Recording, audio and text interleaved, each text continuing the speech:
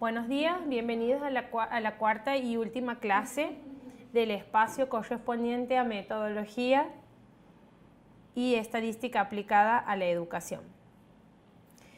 Las teorías de probabilidad, que es el tema central de esta unidad, ¿en qué se basan? Primero en cuestiones que tienen que ser puramente azarosas, ¿sí? Es decir, tienen que estar libradas al azar. ¿Eso qué significa? Que todos los sucesos o todo aquello que pueda ocurrir tienen que tener probabilidad cero de predecirse. ¿Estamos? Tienen que ser impredecibles. O, dicho de otra forma, cualquier suceso tiene que tener la misma probabilidad de ocurrencia, ¿sí? No tenemos que tener predicción y privilegio por nada. Si cumple con esos requisitos, básicamente, la teoría de probabilidad se puede aplicar perfectamente. Entonces, ¿cómo se definen estas teorías? Es la teoría que tiene que ver con los posibles resultados de experimentos. Estos tienen que ser repetitivos, es decir, que tenemos que ser capaces de repetir dicho experimento bajo las mismas condiciones siempre. Entonces, así como hemos comenzado las unidades anteriores, ¿sí? Con conceptos importantes que tienen que ser aprendidos por ustedes para que podamos abordar la unidad, vamos a ver cuáles son los conceptos fundamentales para esta unidad. Primeramente, un experimento aleatorio. Los experimentos aleatorios son aquellos en donde nosotros vamos a aplicar estas teorías de probabilidad. ¿Cómo se definen dichos experimentos? Como aquellos que, repetidos bajo idénticas condiciones, no nos arrojan un único resultado, sino un conjunto de ellos. Por ejemplo, un experimento aleatorio sencillo sería arrojar una moneda, ¿sí? Si nosotros, ¿cuántas veces podemos arrojar una moneda? Infinitas veces, ¿sí? Bajo las mismas condiciones. Ahora, ¿qué conjunto de datos vamos a obtener? Por más de que sean dos nada más, siempre van a ser distintos, ¿sí? Cara, seca, seca, cara, seca, es decir, vamos a ir obteniendo distintos resultados por más de que tengamos únicamente dos opciones, como para darles un ejemplo. Definimos también espacio muestral. ¿Qué es un espacio muestral? Es el conjunto de todos los resultados posibles de un experimento aleatorio. Nosotros lo vamos a denotar con la letra M mayúscula, ¿sí? De muestral. Vamos a ver algunos ejemplos. Arrojar un dado, ¿es un experimento aleatorio? Y sí, porque lo podemos hacer muchas veces, ¿sí? Bajo las mismas condiciones y vamos a obtener 6 resultados distintos. 1, 2, 5, 6, 4, ¿sí? Distintos resultados, dependiendo de la cantidad de puntitos que se pueda observar en la cara de dado. Nuestro espacio muestral, ¿cuál va a ser? Y el conjunto de todos los resultados posibles. Arrojar un dado, ¿cuáles son los resultados posibles? Y 6, el 1, 2, 3, 4, 5, 6. Ese va a ser nuestro espacio muestral. Fíjense que lo denotamos como, primeramente con la letra mayúscula M, como había dicho inicialmente, y en 3 llaves. ¿Por qué? Porque es un conjunto. No importa el orden de los elementos adentro, pero sí tienen que estar encerrados en 3 llaves para indicar que es un conjunto, separados por una coma los elementos. Arrojar una moneda. ¿Cuál es el espacio muestral? Cara o seca. Esos son los dos resultados posibles que nos puede dar el experimento. Arrojar una moneda y un dado simultáneamente. Como tenemos dos sucesos que se efectúan de manera simultánea, entonces nuestros resultados, al arrojarnos dos resultados posibles, digamos, van a ser todos pares ordenados. Uno para un experimento, digamos una componente del par para un experimento, y la otra componente del par ordenado para el otro experimento. Por ejemplo, el primer elemento de nuestro espacio muestral va a ser cara, que va a ser el resultado, digamos, de arrojar una moneda, y 1, que es el resultado de arrojar el dado. Cara 1, cara 2, cara 3, cara 4, cara 5, cara 6. Esas serían las 6 posibilidades.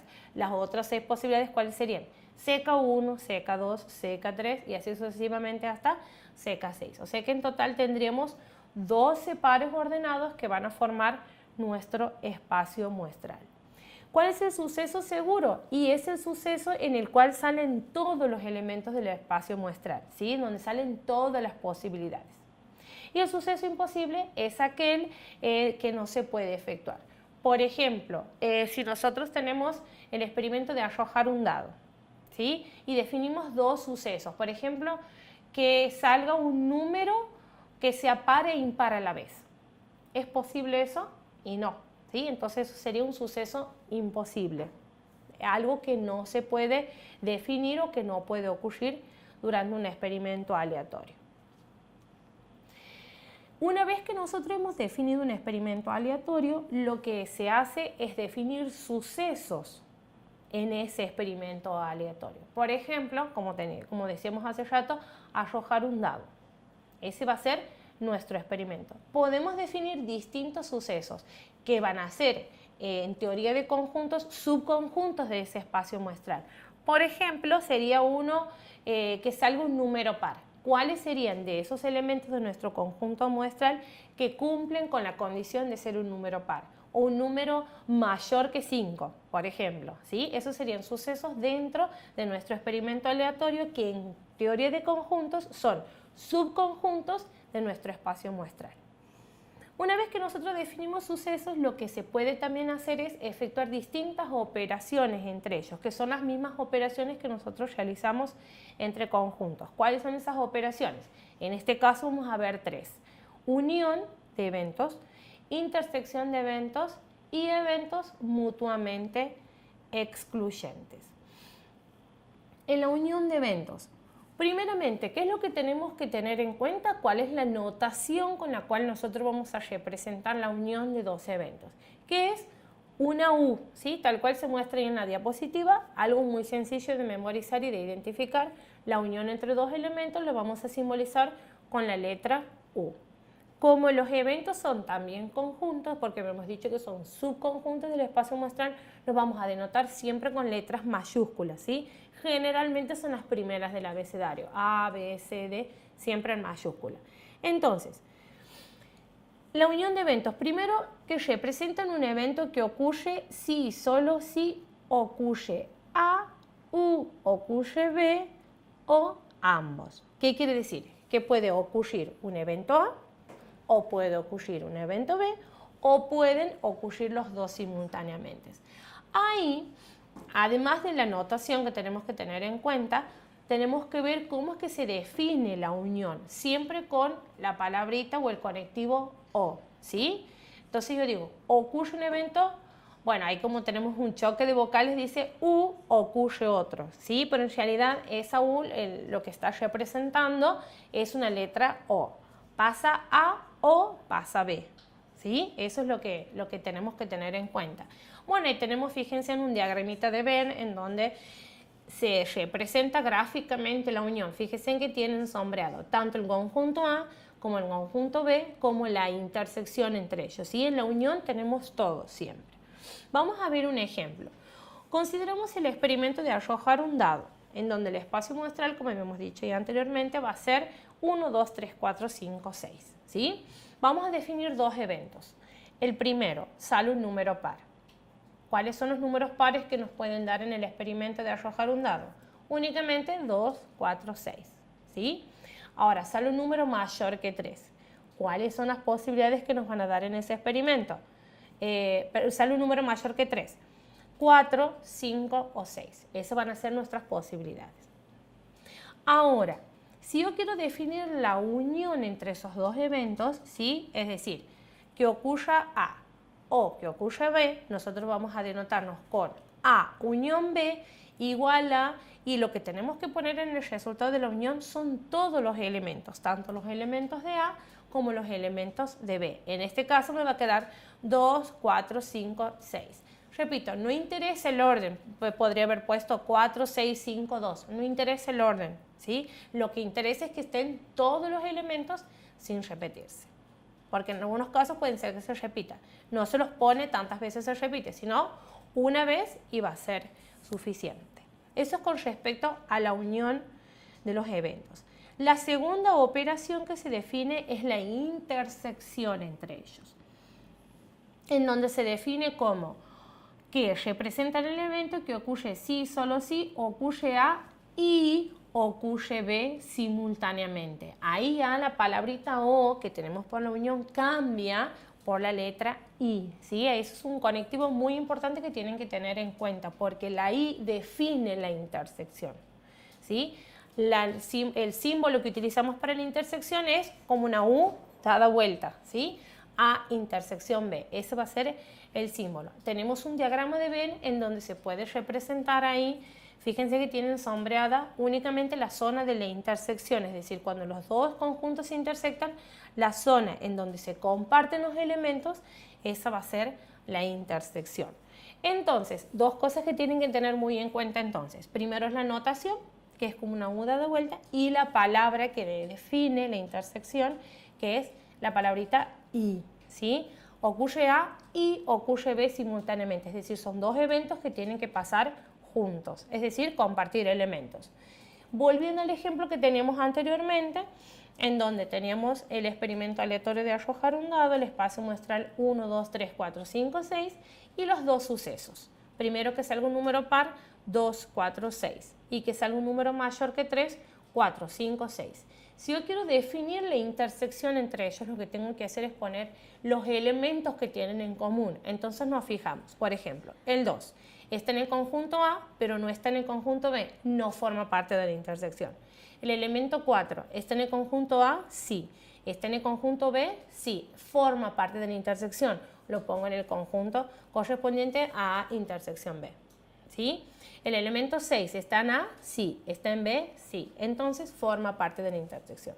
Entonces los dos elementos que van a formar el conjunto de la intersección es 4 y 6, porque son los elementos que tienen en común ambos conjuntos.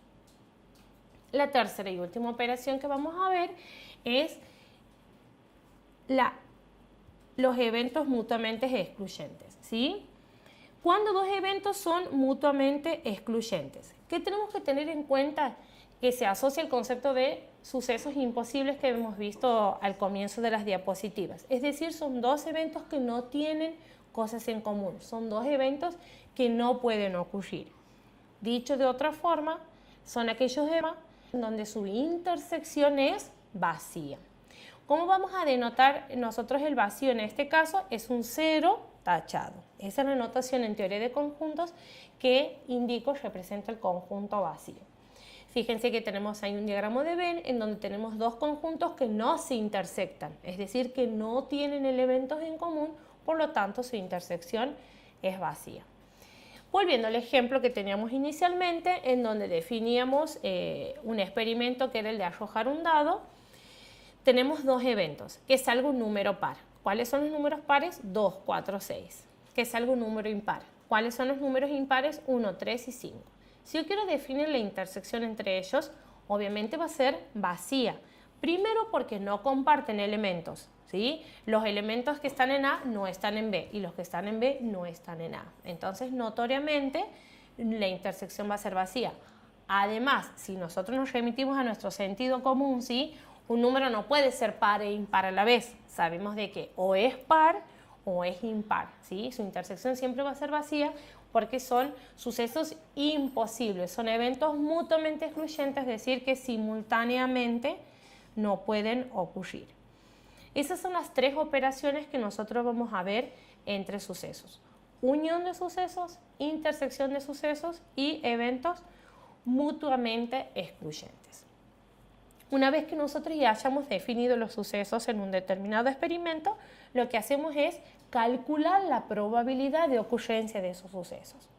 Para eso, nosotros vamos a trabajar en este curso con la definición clásica de probabilidad. Si ustedes indagan o investigan en internet o en algún libro que tengan en su casa, un libro en donde puedan acceder, van a ver que hay distintas definiciones de probabilidad.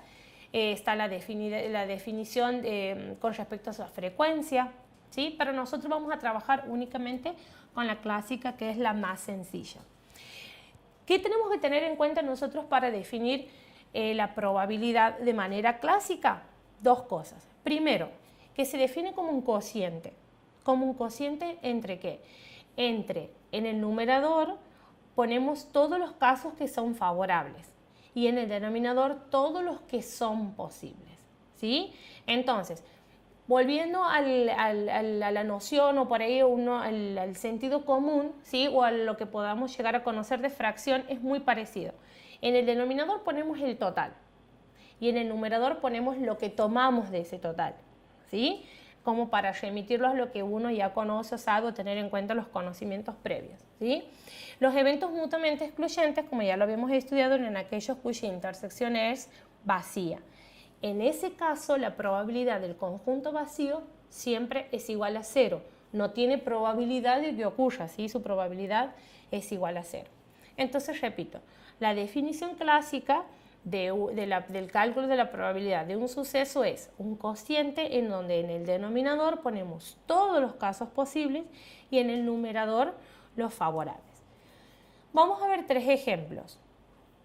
La probabilidad de extraer un as de espada de una baraja de 52 naipes. ¿Cuál es el total de los naipes? 52, eso va en el denominador. ¿Cuáles son los favorables? Es decir, ¿cuáles son los que nosotros tomamos de ese total? Un as de espada en este caso, entonces la probabilidad se va a calcular como 1 sobre 52, ¿sí? Lo mismo va a pasar en el tercer ejemplo, en donde tenemos el caso de extraer 6 manzanas, por ejemplo, de un cajón de 20. ¿Cuál es nuestro total? 20. Eso va a ir en el denominador. ¿Cuáles son las que nosotros tomamos o cuáles son las favorables? En el numerador van a ir 6, ¿sí? 6 sobre 20. Fíjense que el segundo ejemplo, la probabilidad es 0. ¿Por qué? Porque dice la probabilidad de sacar un as de espada rojo. ¿Por qué? Si nosotros tomamos la baraja española, ¿sí? la mayoría de las cartas de espadas son azules, ¿sí? Entonces, la probabilidad de extraer una carta o un as de espada que sea roja es 0, porque es imposible que suceda eso, ¿sí? Entonces, tenemos una probabilidad de un conjunto vacío, en este caso nos va a dar una probabilidad igual a 0. ¿Cuáles son las propiedades que cumplen este cálculo de probabilidad? Primeramente, lo que ya habíamos dicho es que la probabilidad del conjunto vacío es igual a 0. Se define como imposibilidad. Otra propiedad es numéricamente, ¿cuáles son las condiciones que tiene que cumplir la probabilidad? Tiene que ser un número comprendido entre 0 y 1, ¿sí? Siempre nos tienen que dar valores comprendidos entre esos dos. Obviamente, si tenemos un 100% de probabilidad, vamos a tener una probabilidad igual a 1.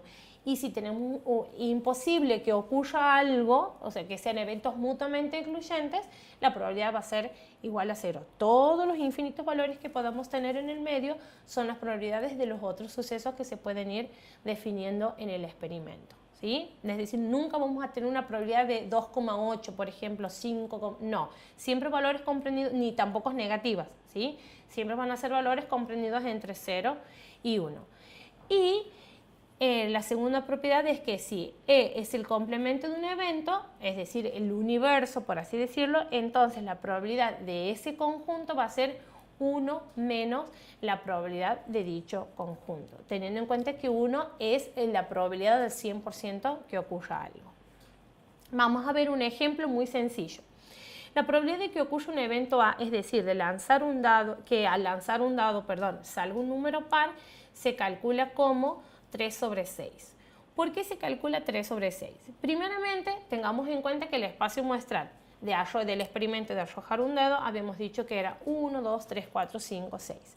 Si nosotros definimos el evento que salga un número par, que serían las posibilidades 2, 4, 6, contamos. ¿Cuántos elementos tenemos en el conjunto A? 3 elementos tenemos.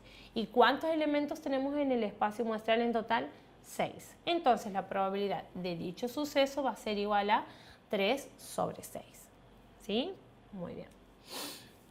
Vamos a ver el teorema de la suma de probabilidades, que nos va a permitir calcular.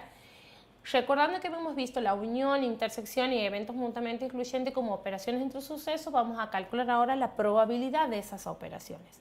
La probabilidad de la suma se calcula de la siguiente forma. Primeramente, la probabilidad de la suma se asocia a la unión de sucesos, ¿sí? Entonces vamos a tener que aplicar el teorema de la probabilidad, de la suma de probabilidades, cuando tengamos la probabilidad de la unión de dos sucesos. Se define como la suma de las probabilidades de las uniones, de los conjuntos, menos la probabilidad de la intersección. Es decir, si yo tengo la probabilidad de A unión B, va a ser igual a la probabilidad de A más la probabilidad de B menos la probabilidad de la intersección. ¿Qué es lo que pasa? Cuando dos eventos son mutuamente excluyentes, la intersección es vacía, por lo tanto la probabilidad es igual a 0.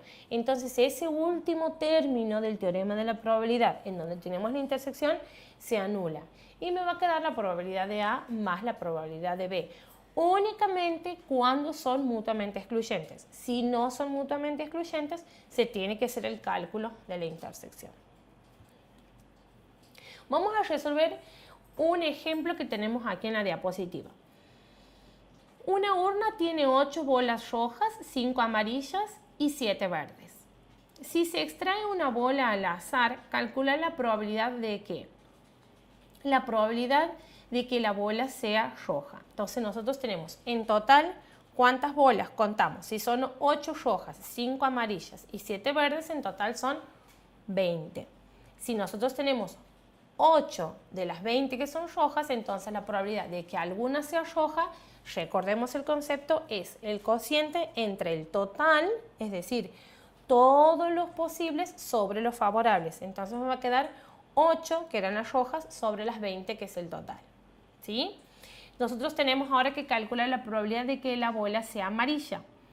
¿Cuántas amarillas teníamos? 5 amarillas de las 20 del total. Entonces la probabilidad se va a calcular como el cociente entre 5 y 20. 5 sobre 20. ¿Sí? Vamos al tercer caso. La probabilidad de que no sea roja. Entonces, cuando nosotros tenemos la negación en ese caso, tenemos que utilizar la definición del complemento. Es decir, que si no es roja, le caben algunas de las otras posibilidades. Es decir, que sean verdes o que sean amarillas. Entonces, como habíamos visto en la diapositiva de las propiedades, siempre que nosotros queramos calcular la probabilidad del complemento de un evento, lo que tenemos que hacer es 1 menos la probabilidad del suceso. Entonces, si nosotros tenemos que la probabilidad de que sea roja era de 8 sobre 20, entonces la probabilidad de su complemento, es decir, de que no sea roja, va a ser 1 menos 8 sobre 20. En este caso van a ser 12 sobre 20. En esas 12 están las amarillas y las verdes, ¿sí? De las 20 que nosotros teníamos en total. El último me pide calcular la probabilidad de que sea roja y amarilla a la vez. Si nosotros observamos y ya hemos planteado la situación en que tenemos todas bolas en lo que cada una tiene un color definido, no tienen colores mezclados. Entonces, ¿cabe la posibilidad de que una bola tenga 2 colores a la vez? No, porque así se ha planteado el problema. Entonces, este suceso es imposible, ¿sí? Entonces va a ser igual su probabilidad igual el conjunto vacío, porque en ningún caso se da de que las 2 bolas tengan 2 colores a la vez, ni que sea roja y amarilla a la vez, o verde y amarilla a la vez, ¿sí? Siempre van a ser sucesos imposibles cuya probabilidad va a ser igual a 0. Vamos a definir ahora entonces, en el caso de que tengamos 2 variables a trabajar, ¿sí? Considerando de que cada una de las variables puede representar uno de los sucesos. Entonces, nosotros lo que hacemos para hacer un análisis conjunto del cálculo de la probabilidad de dichas variables, lo que hacemos es ubicarlas en una tabla de doble entrada, ¿sí? En donde en una columna vamos a poner una variable y en la otra columna vamos a poner la otra variable que sea de interés para nuestro trabajo estadístico. Vamos a analizar el ejemplo que tenemos aquí en esta diapositiva.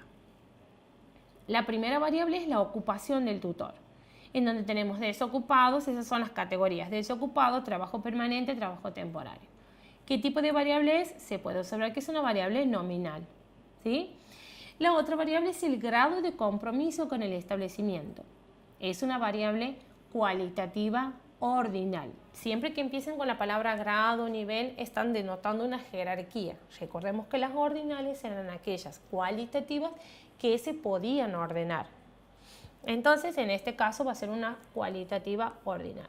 Tenemos 2 variables que se han cruzado, las cuales se ven reflejadas en esta tabla de doble entrada. Entonces, como son 2 variables juntas o que se analizan de manera conjunta, lo que tenemos que hacer es analizar su probabilidad también de manera conjunta.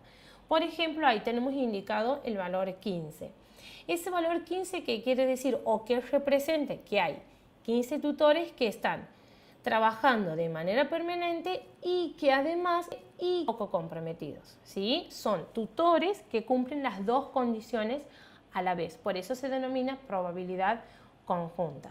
Tenemos marcado también el valor 100, porque la suma de las columnas marginales, así se llaman, o las sumas marginales, nos dan el tamaño de la muestra, que son 100 tutores. Este es el caso entonces de una entrevista que se le ha hecho a 100 tutores en donde se ha evaluado por un lado su ocupación y por otro lado su grado de compromiso con el establecimiento. Entonces, una vez que tenemos esta tabla de doble entrada, lo que se tiene que hacer es ir definiendo distintos sucesos o distintos eventos para los cuales se va a ir calculando su probabilidad.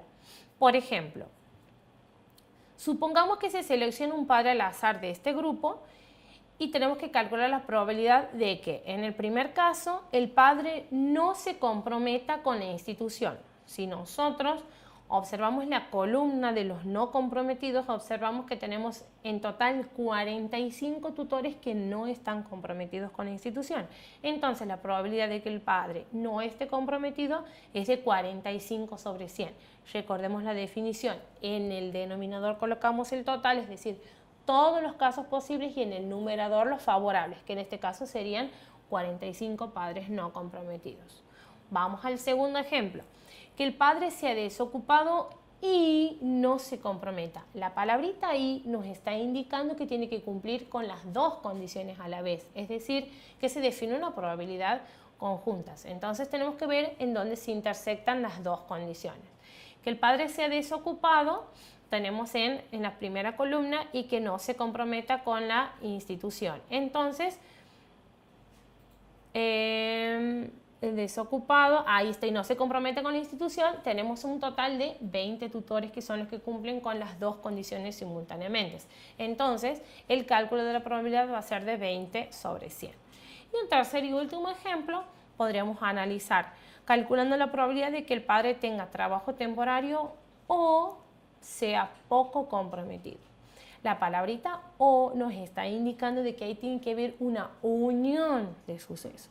Y nosotros habíamos visto que para calcular la probabilidad de la unión de dos sucesos, lo que se utiliza es el teorema de la suma de probabilidades, en donde el teorema de la suma de probabilidades nos decía que la probabilidad de la unión de dos sucesos es igual a la suma de la probabilidad de los dos sucesos menos la intersección de esos dos sucesos. Entonces, vamos a hacer ese cálculo teniendo en cuenta los valores de nuestra tabla. Que el padre tenga trabajo temporario, la probabilidad se calcula como 30 sobre 100, más la probabilidad de que el padre sea poco comprometido. Observando la tabla, vemos que tenemos un total de 35 padres. Entonces vamos a tener 35 sobre 100. Y ahora tenemos que restar la intersección de ambos sucesos. En este caso lo que vamos a ver cuál es la probabilidad conjunta, es decir, vamos a ver la celda en donde se intersectan las dos columnas. Fíjense que para trabajo temporario y que se intersecte con el poco comprometido, la celda me da el valor, digamos, que tienen en esa celda es de 10, ¿sí? 10 padres tenemos que cumplen con las dos condiciones simultáneamente. Entonces, ese lo vamos a restar.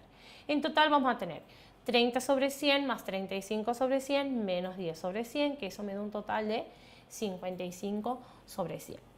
Si ustedes desean, pueden trabajar también las probabilidades en función de porcentajes. Por ejemplo, el cociente de 45 sobre 100 me va a dar 0,45.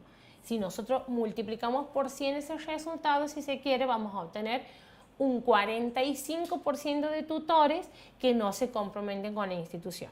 Entonces, nosotros a la hora de hacer un análisis, digamos, general del trabajo que uno viene realizando, puede expresar los resultados en función al porcentaje, teniendo en cuenta cuál es el resultado que se ha ido obteniendo. Es decir, se puede hacer de cualquiera de las dos formas, no hay problema. ¿Para qué nos va a servir entonces hacer este cálculo de probabilidades? Para analizar mediante el cruce de dos variables que ya se vienen trabajando en nuestra investigación estadística, Mediante esta tabla nosotros lo que hacemos es cruzar las dos variables y a partir de la definición de sucesos que a nosotros nos interesen o que nos sean de utilidad para nuestro trabajo estadístico, ir definiendo algunos resultados que al finalizar nuestro trabajo nos va a permitir emitir una conclusión o dar una posible solución a ese problema que se ha planteado al comienzo del trabajo estadístico.